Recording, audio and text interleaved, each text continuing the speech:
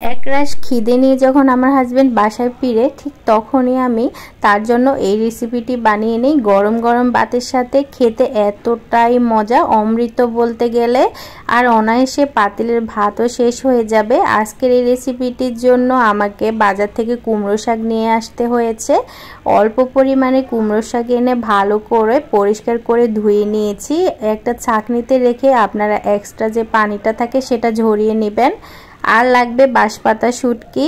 বাঁশপাতা শুটকিটাকে কুসুম গরম পানিতে একটু ভালো করে ধুয়ে নিয়েছি। নেয়ার পরে একটা কড়াইয়ের মধ্যে প্রথমে কয়েকটা কুমড়ো শাক দিয়েছি। দেওয়ার পরে আমি বাঁশপাতা শুটকি দুটো একটু আকারে বড় সাইজ দিয়ে উপর দিয়ে আবারও কয়েকটা কুমড়ো শাক দিয়ে দিয়েছি। দিয়ে এখন একটু হালকা পানির ছিটকে দিয়ে একটা ঢাকনা দিয়ে ঢেকে রাখবো। সেদ্ধ হওয়া পর্যন্ত অপেক্ষা করব। এই রেসিপিটি একবার বাসায় বানালে আপনার এতটা বেশি প্রশংসা শুনতে হবে যা বলার বাহিরে। পরিবারের অন্যান্য সদস্যরা আপনার প্রশংসায় ভাসবেন আর বারবার এই রেসিপিটি খেতে চাইবে আপনার কাছে। তাহলে আর দেরি কেন, আজকে এই রেসিপিটি আমি বানিয়ে যাতে আপনাদের মাঝে শেয়ার করতেছি। আপনারাও বাসায় একদিন বানিয়ে আপনার শাশুড়ি বা হাজব্যান্ড, শ্বশুর, ননদ যাকে খুশি তাকে খাওয়াতে পারবেন। ঢাকনাটা তুলে দেখলাম যে প্রায় সেদ্ধ হয়ে এসেছে। এখন একটা খুচনের সাহায্যে উপরে কুমড়ো শাকগুলো সরিয়ে নিচ্ছি আলতো হাতে।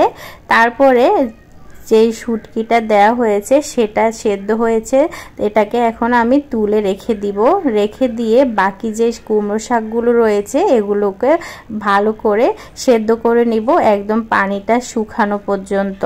আচ্ছা, আপনারা কে কে এই রেসিপিটি দেখে বুঝতে পারছেন অনেক মজার একটা রেসিপি, বা কে কে বানিয়ে খেয়েছেন অবশ্যই কমেন্ট করবেন। আপনাদের কমেন্টগুলো আমার অনেক বেশি ভালো লাগে পড়তে। দেখতে পাচ্ছেন একদম অল্প একটু হয়ে গিয়েছে কুমড়ো শাকটা। এখন ভালো করে পানিটা শুকিয়ে নিয়ে নামিয়ে ফেলেছি। আর এদিকে আমি রসুনগুলোকে একদম সুন্দরভাবে কেটে নিয়েছি, মানে ঝোগা পালিয়ে নিয়েছি। আর কাঁচামরিচ, শুকনো মরিচ দুটোকেই আমি রসুনের সাথে সরিষার তেলের উপরে এগুলো ভেজে নিব। নেয়ার পরে আমি এখানে আবার পেঁয়াজও ভেজে নিব। এই ভর্তা রেসিপিটি এতটাই মজার, গরম ভাতের সাথে অনায়াসে যে 2-3 প্লেট ভাত খেয়ে ফেলবেন তা বিশ্বাস করার মতো নয়। একদিকে রসুন আর পেঁয়াজ কাঁচামরিচটা ভাজা হচ্ছে, অন্যদিকে আমি পাটায় এই যে কুমড়ো শাকটাকে বেটে নিচ্ছি। এদিকে আমার কাজটাও এগিয়ে গেল, একদিকে একটা কাজের জন্য অপেক্ষা করে থাকতে হলো না। তো ওই যে কুমড়ো শাকটা বেটে নেওয়া হয়েছে এটা এক সাইডে রেখে এখন কড়াই থেকে আমি রসুন আর মরিচগুলো নামিয়ে আবার এগুলো বেটে নিব পাটায়। আপনারা চাইলে ব্লেন্ড করে নিতে পারেন, তবে যে কোনো ভর্তা রেসিপি অবশ্যই পাটায় করে নিলে অনেক বেশি মজা হয়।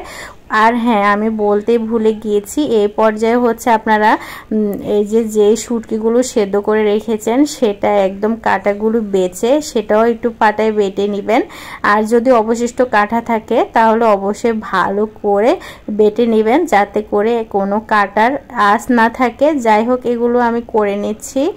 আর হ্যাঁ, অনেক দিন ধরে আপনাদের মাঝে কোনো ভিডিও আপলোড করা হচ্ছিল না। দেশের এই অবস্থায় মন ভালো ছিল না, অনেক রাত ঘুমাতে পারিনি। কি হয় দেশের বা কি হচ্ছে এসবের জন্য এখন আলহামদুলিল্লাহ সবাই অনেক বেশি খুশি। তবে দেশের মধ্যে যা হচ্ছে তা আসলেই কাম্য নয়, অনেক চিন্তা এখনো রয়ে গিয়েছে।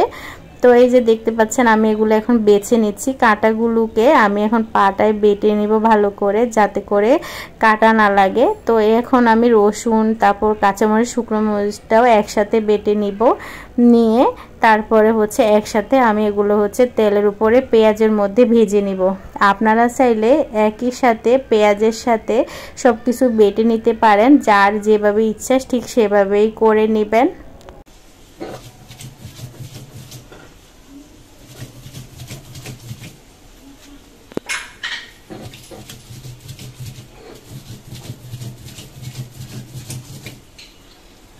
দেখতেই পাচ্ছিলেন সবকিছু আমি পাটায় বেটে নিয়েছি। এখন হাত দিয়ে ভালো করে একটু মিক্স করে নিচ্ছি। একটু স্বাদ মতো লবণ দিয়ে দিতে হবে। লবণের পরিমাণটা স্বাদ মতো দিয়ে আমি হচ্ছে চুলায় একটা কড়াইতে 2 থেকে 3টা পেঁয়াজ কুচি হালকা একটু সেদ্ধ করে নিব। তার মধ্যেই আমি হচ্ছে এই রেসিপিটি মানে এই ভর্তা রেসিপিটি দিয়ে ভালো করে একটু তেলের মধ্যে ভেজে নিব। নিয়ে গরম গরম ভাতের সাথে আমার হাজবেন্ডকে খেতে দিব। এমনকি আমিও আর তর্স হয়েছে না কখন যে গরম ভাতের সাথে খাবো। এত মজার একটা রেসিপি। তো আর দেরি না করেই যে চুলার মধ্যে দেখতে পাচ্ছেন আমি এই যে পেঁয়াজটা হালকা একটু সেদ্ধ হয়েছে। আর এখন হচ্ছে আমি যে ভর্তাটা দিয়ে দিয়েছি, দিয়ে এখন হচ্ছে একটা খুচুন দিয়ে ভালো করে মিক্স করে নিব পেঁয়াজের সাথে তেলের সাথে। সরিষার তেল দিয়ে যে কোনো ভর্তার অনেক বেশি যেহেতু মজা হয়, তাই ভাবলাম যে তেলের মধ্যেই একটু ভেজে নেওয়া যাক। আর আপনারা চাইলে এভাবে না করে পেঁয়াজটাকে হালকা একটু ভেজে ওই যে পাটার মধ্যেই হাত দিয়ে মিক্স করে নিতে পারেন, যে সেটা আপনাদেরই অভিরুচি। তো আমি এখানে ভাবলাম যে একটু তেলের মধ্যেই কড়াইতেই একটু ভালো করে মাখিয়ে নিই, যাতে করে খেতে আর একটু বেশি মজা হয়, ভাজা ভাজা লাগে। তো ভালো লাগলে অবশ্যই লাইক করে দিবেন। এই পর্যন্তই, আল্লাহ হাফেজ সবাইকে।